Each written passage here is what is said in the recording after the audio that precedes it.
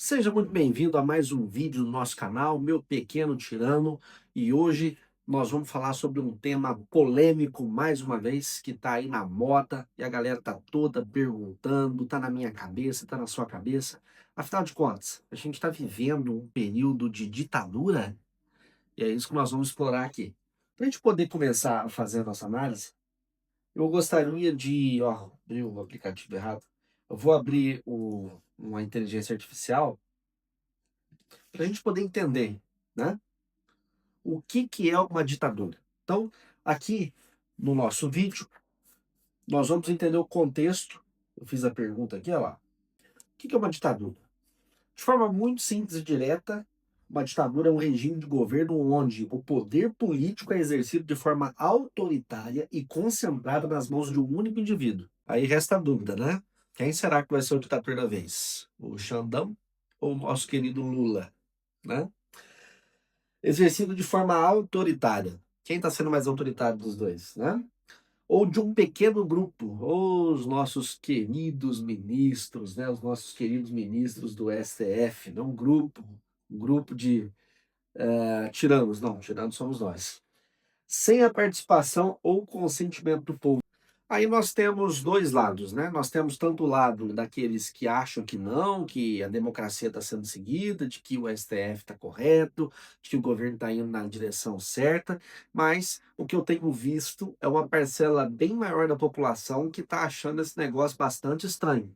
Está achando que, de fato, o STF já passou algum tempo dos limites, né? E aí, para a gente poder entender os limites, gente, é muito simples. Basta você ir lá na Constituição, que é aquele texto que define as regras, né, as leis de base para o país, de fato se tornar um país democrático, né, que rege a nossa democracia.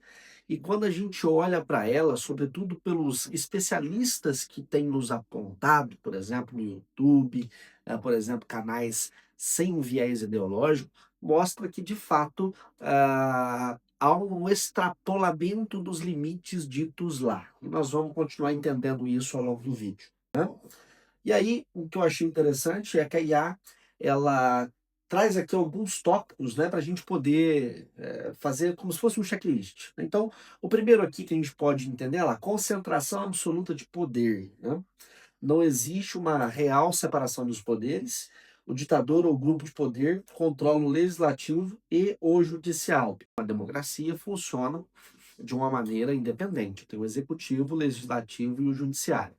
E eu acredito que nós estamos vendo algo nesse sentido. Vejam só, tivemos recentemente a questão do IOF, né? Nós vimos o governo formar uma base para voltar a cobrança fazer um aumento da cobrança do IOF. Nós vimos o legislativo fazer barrar esse decreto, né? Essa iniciativa do governo.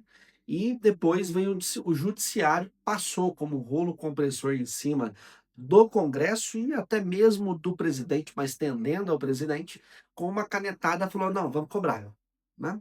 Então, assim, entendam que o legislativo, os deputados, os senadores que a gente elege, são a voz do povo, né? São as pessoas que a gente escolhe, bem ou mal, para representar aquilo que nós queremos. Então, quando eles resolvem não aprovar ou aprovar alguma medida, isso significa que é o que o povo tecnicamente quis. Eu sei que, na verdade, não é isso, né?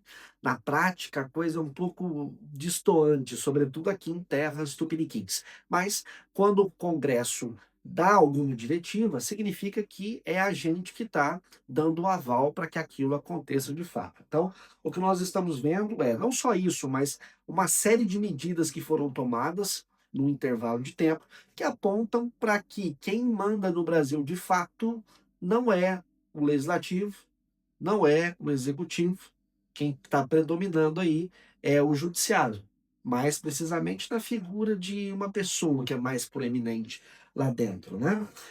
Amada e odiada, mas eu tô vendo que é mais odiada do que amada, tá bom? Mas vamos lá. A ausência do Estado de Direito, olha lá, as leis não se aplicam igualmente a todos, isso também é muito notável, tá?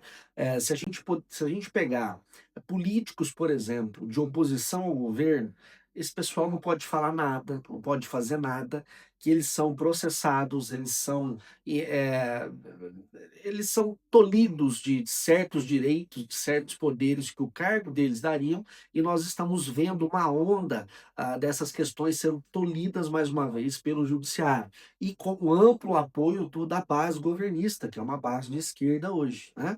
Coisas que são muito absurdas, no sentido de provocação, do lado do governo para a oposição, são levantadas, né. Então, pedidos de prisão sobre uma declaração, sobre um ato. Então, assim, a prisão, gente, é o último recurso, para ser aplicada em qualquer cidadão no Brasil, né. E o que nós estamos vendo é uma debandada de pedidos de prisão à torta direita, sem fundamento lógico, sem embasamento jurídico forte, simplesmente pela opinião ou um lado do político. E isso é muito grave, tanto para o lado da direita quanto para o lado da esquerda, tá? Por quê? Porque independente do lado que você tá, o seu direito à fala, os seus direitos pessoais garantidos pela Constituição devem prevalecer, né? O que deveria haver é uma discussão saudável das temáticas e um debate saudável delas com uma tomada de decisão em relação ao que a ampla maioria deseja, né? Mas é sobre isso que nós estamos contestando aqui em relação ao que está acontecendo. Controle de informações e censura. Olha só, recentemente foi aprovada uma medida pelo Supremo que prevê o controle das mídias sociais, né? E eles cada vez mais vão entrar para dentro desse controle, dando para a gente desculpas como violência sexual, violência doméstica. Gente, a própria internet já regula isso, né? Assim como no cotidiano.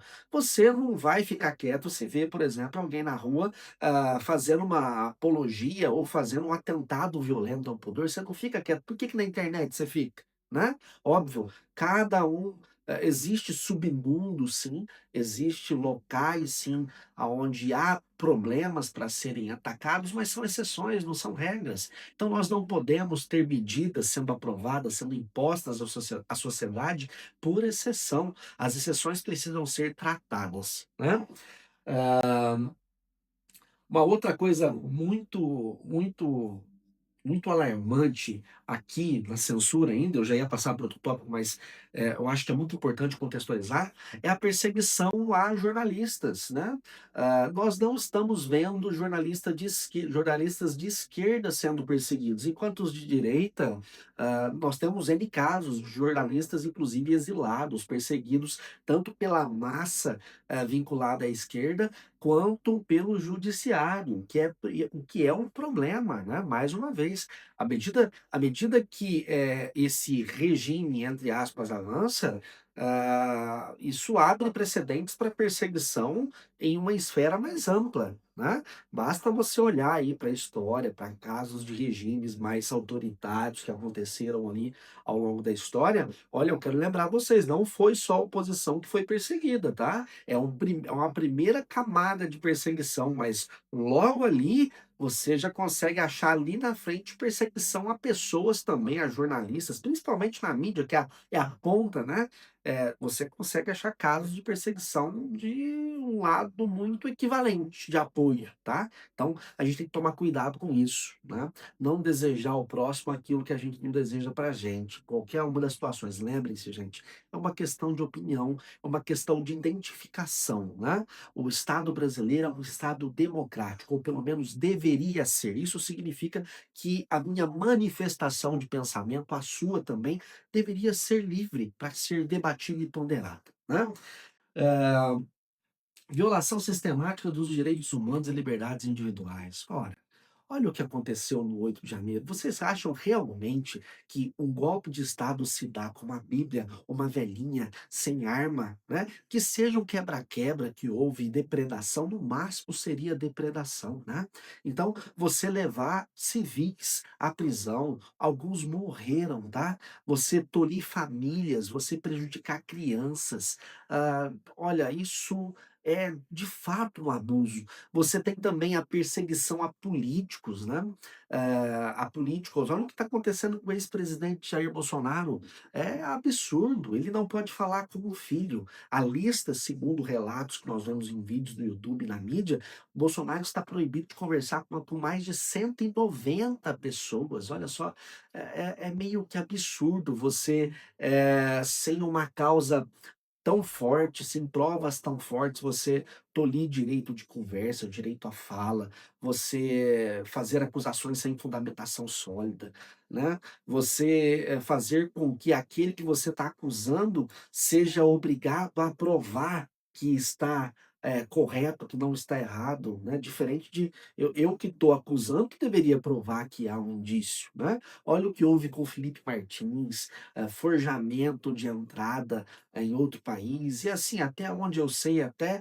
ele era livre no momento em que ele diz que, que ele diz não, que dizem que ele viajou, né, e mesmo assim, mesmo ele não tendo viajado, ele foi penalizado.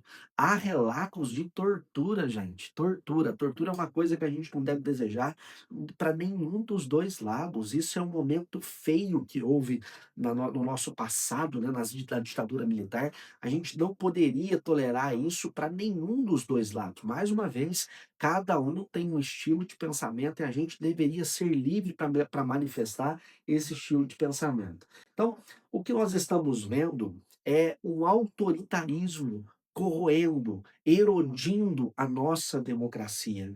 E aceitar esse autoritarismo é muito perigoso, porque vai chegar um momento em que o autoritarismo não terá volta, em que o cenário não terá volta. E aí a gente está à mercê, nós como brasileiros estamos à mercê de um caminho que não é um caminho de valores, um caminho de princípios, um caminho de liberdade, um caminho para que eu, você, os nossos filhos, os nossos netos possamos crescer livres para desenvolver, para viver, para curtir o nosso país que é tão bonito e que poderia ser uma nação tão próspera se não fosse um problema que está enraizado em todos os níveis da nossa sociedade, chamado corrupção, sobretudo no meio político, né? Então, a minha conclusão é que, vejam bem, apesar da gente estar contextualizando aqui, que faz sentido sim comparar que estamos vivendo um momento conturbado no sentido democrático, eu não acredito ainda que nós estamos vivendo uma ditadura. No entanto, a gente está vivendo uma erosão democrática que já já pode chegar a um ponto em que de fato pode se estabelecer sim uma ditadura. E, gente, sair de uma ditadura não é algo fácil, não é algo rápido, não é algo que custa pouco. Geralmente são anos que a gente gasta para poder derrubar uma ditadura, né? Num sofrimento absurdo, numa sociedade que pode ser muito castigada. Olha as tarifas que vem agora em agosto, né? O Brasil vai enfrentar um momento econômico que já é difícil, muito mais. Um governo que não economiza, impostos que são repassados a todo momento para a população, sufocando, queda na remuneração, né? Os custos para manter uma vida básica aumentando cada vez mais e a receita não acompanha, desemprego. E isso vai só aumentar, porque fazer com que haja uma taxa, né, aplicada para um outro país e a maior nação do planeta, a maior nação consumidora do planeta, no nosso país, que é um vendedor de commodity, vai fazer com que haja uma potencialização da pobreza no país todo. E quando a gente chegar lá, fazer a reversão disso vai ser extremamente custoso. E não é custo só de dinheiro.